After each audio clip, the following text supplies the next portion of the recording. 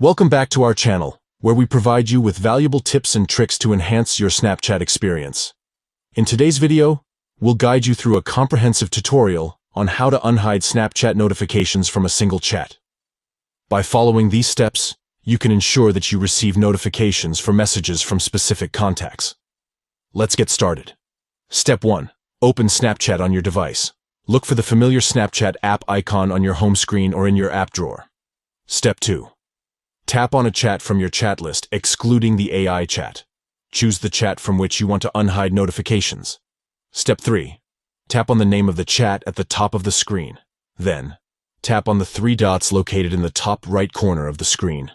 Step 4. In the menu that appears, tap on Chat Settings. Step 5. Tap on Message Notifications to enable it.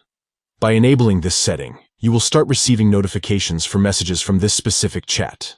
By following these simple steps, you can easily unhide Snapchat notifications from a single chat and ensure that you stay updated with messages from specific contacts. If you found this tutorial helpful, please give this video a thumbs up and consider subscribing to our channel for more valuable content.